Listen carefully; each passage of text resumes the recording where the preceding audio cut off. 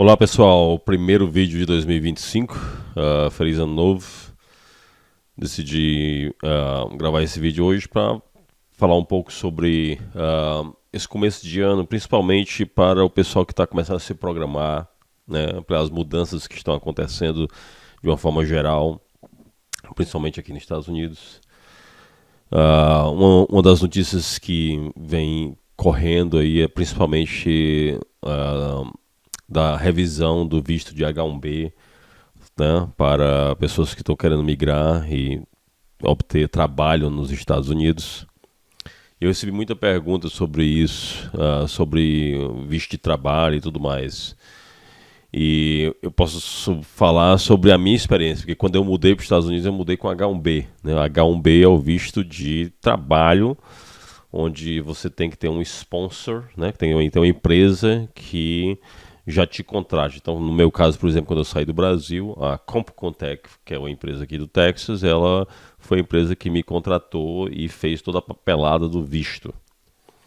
Então, pessoal, a grande questão é o seguinte: muita gente insiste em dizer, eu tenho todas as qualificações e quero mudar, eu tenho isso, eu tenho aquilo, eu tenho isso, eu tenho aquilo. Tá, ótimo que você tem isso, tem aquilo.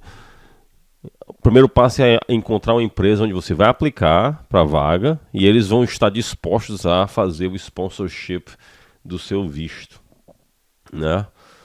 Esse é o ponto número um. Foi assim que eu vim, em 2003, né? Há 22 anos atrás, né? Vai ser 22 anos atrás. Agora, fez 21 em dezembro, né? Quando for em dezembro de 2025 vai ser 22 anos. Enfim,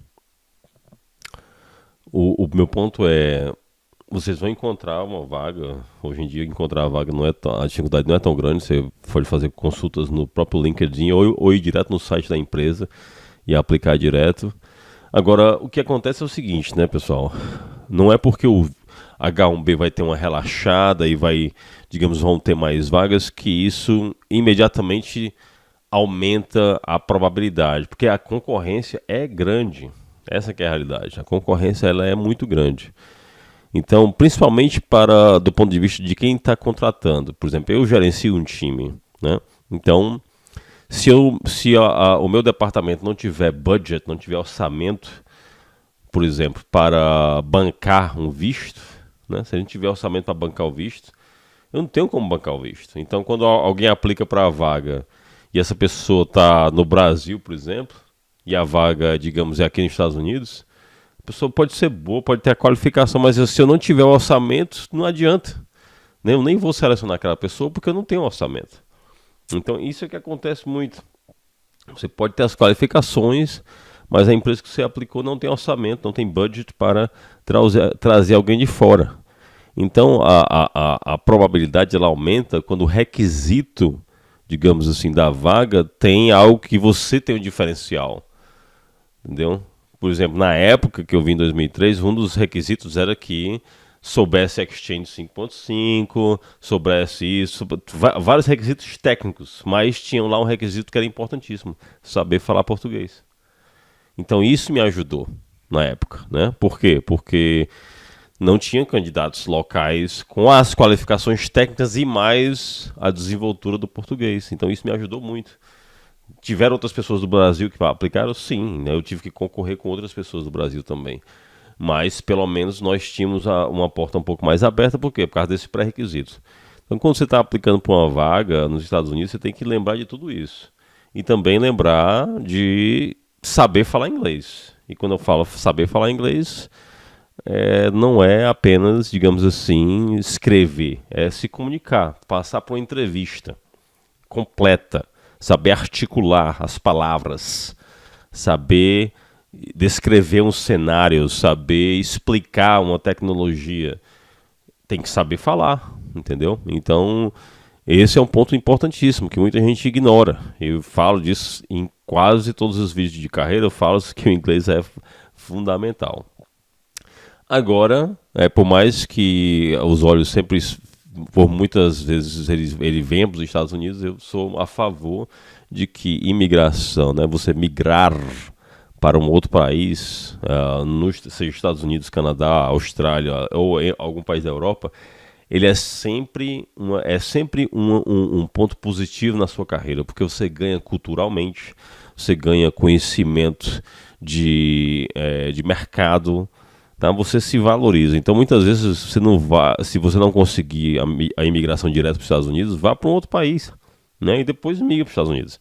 Eu conheço gente que foi para o Canadá, depois veio para os Estados Unidos. Muitas pessoas fazem isso. Vão primeiro para o Canadá, ganha experiência internacional, melhora o inglês, aí depois vem para cá. Isso é um passo que muitas pessoas fazem. Outro passo é, eu vou para a Europa, porque na Europa você tem a possibilidade de trabalhar em diferentes culturas e tudo mais. E é uma mudança, digamos assim, um pouco mais fácil, né, do ponto de vista trabalhista. Porque aqui, pessoal, não tem esse negócio de direito trabalhista, não. 30 dias de férias, esquece. Férias aqui, as empresas geralmente dão 2 semanas e tudo mais. Você vai ganhando semanas de férias a partir do momento que você vai tendo mais tempo de casa. Entendeu? Eu tenho 19 anos de Microsoft, agora sim eu vou ter 1 mês, 5 semanas de férias, se eu quiser tirar, digamos assim, né? Apesar de que houveram mudanças do ponto de vista de férias na Microsoft, hoje em dia você não precisa mais... você tem o que eles chamam de férias ilimitadas, mas na realidade ninguém tira. Não é comum da cultura americana tirar 1 mês inteiro de férias. 1 mês inteiro é quase que sabbatical, né? O pessoal não fica 1 mês fora, fica 1 semana aqui, 1 semana no inverno, 1 semana no verão e assim vai tirando diferentes temporadas do ano. Mas na Europa não, na Europa a questão trabalhista é um pouco mais parecida com o Brasil, né? Então você tem essas questões trabalhistas mais fortes. Então pensem nisso, aumente o seu escopo, tá certo, de atuação e de visibilidade. Tem vários países na Europa que são fantásticos, pessoal, para trabalhar. Entendeu? Vários países que a área de tecnologia é fantástica, né? Eu fui na Romênia agora em novembro, muito legal o país, a área de tecnologia lá crescente, muito boa. Vai ter um B-Sides Transilvânia em maio, que talvez eu vá participar lá na Romênia também, entendeu? E tem muita coisa acontecendo para aquele lado de lá, e tem muita demanda também. Claro, tudo isso, todos esses países precisam de visto, então você tem que ver toda essa parte legal. Mas o meu ponto é que vocês têm que expandir o escopo do que é que você quer, né? Não pode fixar apenas em um local, fixa no mundo inteiro. E aí as possibilidades aumentam, principalmente para quem está querendo sair do Brasil, né? E como eu venho recebendo muitas perguntas sobre isso, foi por isso que eu resolvi gravar esse pequeno vídeo aqui para falar sobre isso. Então fiquem atentos a essas coisas, fiquem atentos aos seus soft skills, e saber falar o idioma é uma coisa importante, entendeu? Continuem aprimorando os seus technical skills, mas lembre-se que não é só isso, principalmente para vagas internacionais, beleza? Então, um feliz ano novo, ok? E eu vou colocar um pequeno trecho agora do vídeo que eu gravei durante o Cybersecurity Summit Brasil, que fala um pouco sobre carreira e principalmente do ponto de vista da influência da inteligência artificial na carreira, tá bom? Então eu finalizo com esse vídeo, o vídeo completo eu vou colocar no link abaixo, na descrição, para você assistir. Um grande abraço e até a próxima.